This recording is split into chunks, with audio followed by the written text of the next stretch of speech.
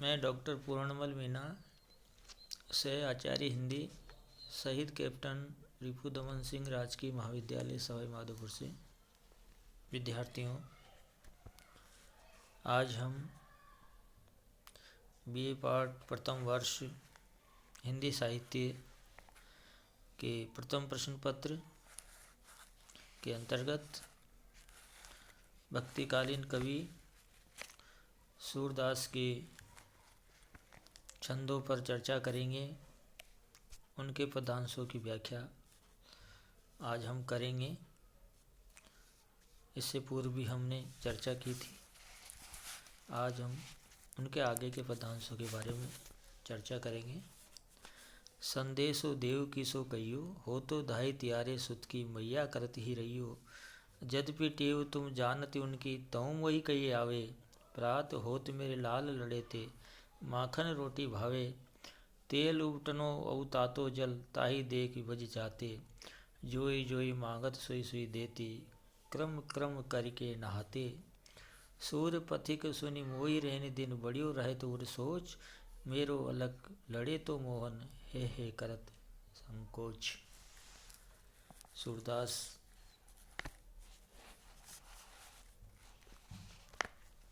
पाठ से आपको लिया गया है। इसमें बताया गया है सूरदास जी द्वारा कि कृष्ण को मथुरा जाने के लिए बुलावा आता है, तो माता यशोदा देवकी के पास एक संदेश भेजती है और कहती है कि आप मेरे कृष्ण के खान पान का विशेष ध्यान रखना, क्योंकि यशोदा ने जो संदेश भेजा था वो अत्यंत ही मार्मिक बताया गया है। उसमें मातृत्व प्रेम की भावना यहाँ दिखाई गई है। तो जब रघुवर जी कृष्ण को ले जाते हैं, तब माता यशोदा की क्या प्रतिक्रियाएं होती है, वो अक्रूर जी से कहती है कि तुम देवकी से मेरा ये संदेश जरूर कहना। क्या कहना? हो तो धाई त्यारे सुत की, मैया करत ही रहियो। उनसे कहना कि मैं तो तुम्हारे पुत्र कृष्ण की धाई माई हूँ, पालने वाली जिसको कहते हैं, किंतु आप मेरे ऊपर कृपा बनाए रखना, क्योंकि अब कृष्ण आपके पास है, इसलिए आप उनकी अच्छी प्रकार से सेवा करना, देखभाल करना। स्नान करते समय उपटन, तेल, गर्म जल आदि को देखकर जब कृष्ण भगवान भाग जाते थे और जब खाने के लिए माखन आदि मांगा करते थे, तो मैं तुरंत उनके सामने जो है प्रस्तुत कर देती थी। और ये सब मैं इसलिए करती थी कि ये मेरा माता का धर्म था। और यहाँ कहती है कि आप तो कृष्ण की जो क्रियाएं हैं, क्रीड़ाएं हैं, आदतें हैं, उनसे भली भांति परिचित है और उनकी इच्छाओं को जो है पूरी तरीके से आप पूर्ण करोगी। फिर भी मैं आपसे निवेदन करती हूँ ये कहने के लिए, और मुझसे इसके लिए रहा भी नहीं जाता है। मेरे मन की जो भावना है वो बताए बिना भी नहीं रह सकती। इसलिए मेरो अलग लड़े तो मोहन, है कर संकोच। मेरा जो लाडला कृष्ण है, प्रातःकाल उठते ही क्या कहता है? माखन और रोटी की इच्छा रखता है, और मेरे मन में इस बात का सोच रहता है कि मेरे कृष्ण को मांगने में संकोच होता होगा, मांगते हुए भी वो शायद नहीं मांगता होगा, जिनका मैं ध्यान रख पाती थी। तो यहाँ पे सूरदास ने जो है यशोदा माता का जो मातृत्व प्रेम है, हृदय है, उनको यहाँ प्रस्तुत किया है। माता और पुत्र का जो प्रेम है वो अनूठी है, अनुकरणीय है। इसमें अनुप्रास अलंकार है। मधुवन तुम क्यों रहित हरे। विरह वियोग श्याम सुंदर के ठाड़े क्यों न जरे। मोहन बेनु बजावत द्रुमतर शाखा टेक खरे। मोये थावर अरुजड़ जंगम मुनिजन ध्यान टरे। वह चितवनि तू मन न धरत है फिरनि फिरी पूप धरे। सूर्यदास प्रभु विरह दवानल नखसिक लोन जरे। जब कृष्ण मथुरा जाते हैं तो उनके जाने के पश्चात उनकी जो प्रिय गोपियां हैं वो दुखी हो जाती है कृष्ण के जाने के वियोग में। और जब वहाँ का जो मधुवन हरा भरा दिखाई देता था उसको भी वो कोसती रहती है, प्रताड़नाएं देती रहती है। और क्या कहती है उनकी जो मन की पीड़ाएं हैं, और कहती है गोपिकाएं कि हे मधुवन, जब हमारे कृष्ण यहाँ पे नहीं हैं तो तुम्हारा हरा भरा होने का कोई फायदा नहीं है। कृष्ण की जाने के बाद में तुम कैसे जीवित हो, कैसे समाप्त नहीं हो गए हो। क्योंकि जब कृष्ण यहाँ पर थे तो पेड़ों के नीचे खड़े होकर के बांसुरी बजाते थे और पेड़ों की डाल को पकड़ करके एक पैर पे खड़े हो जाते थे।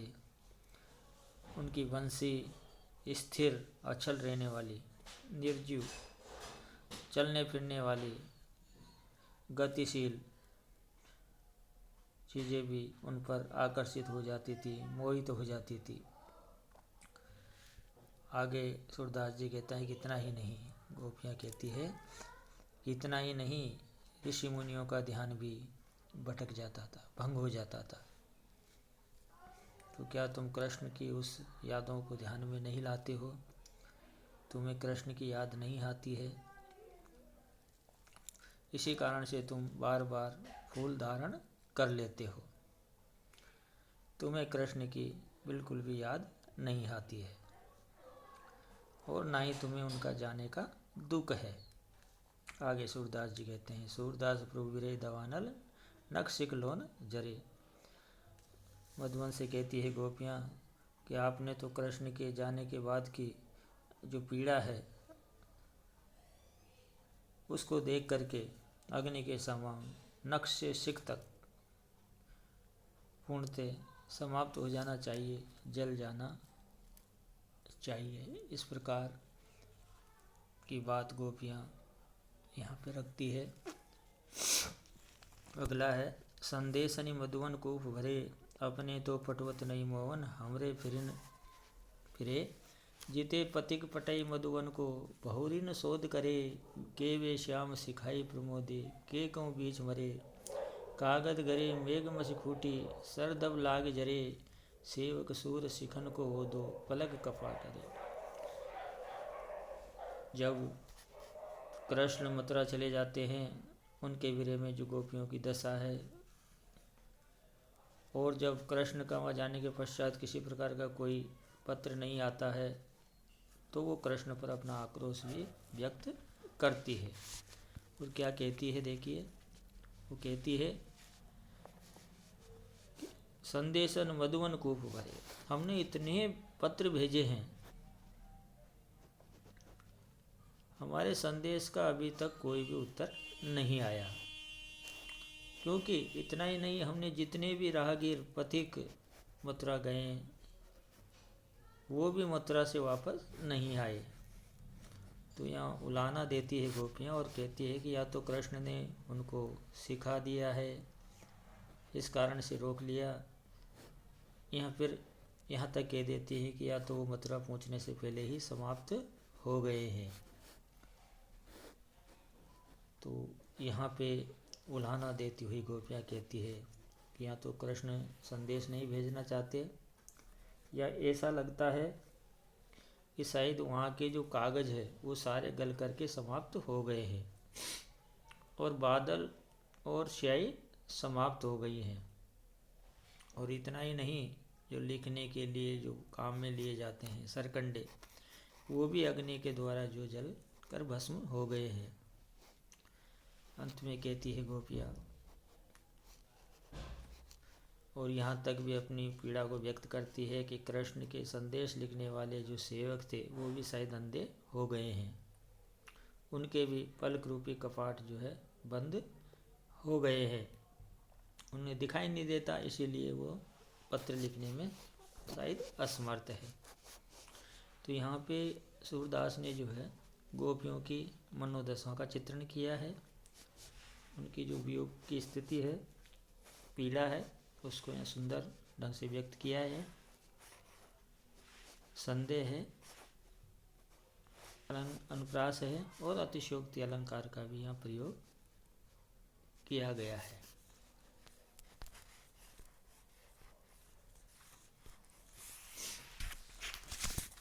यद्यपि जान उद्धव रीति, जिहि प्रगट निज सका कहेत करत भाव अनीति, विरह दुख जय नाई ने कौ तहन उपजे प्रेम,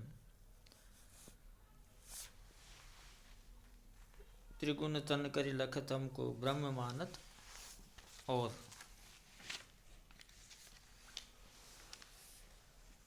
कृष्ण ने उद्धव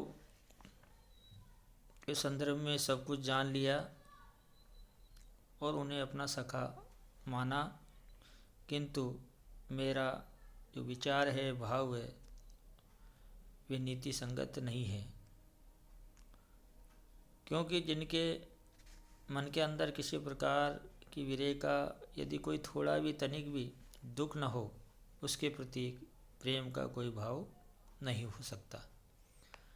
तो उद्धव ने इसी उपासना का, इसी नियम को पालन किया है, और कहा गया है कि इसका कोई न तो रूप होता है, न रेखा होती है, न कोई रंग होता है। विद्यार्थियों, आज इतना ही, कल हम इस आगे के ऊपर चर्चा करेंगे। नमस्कार।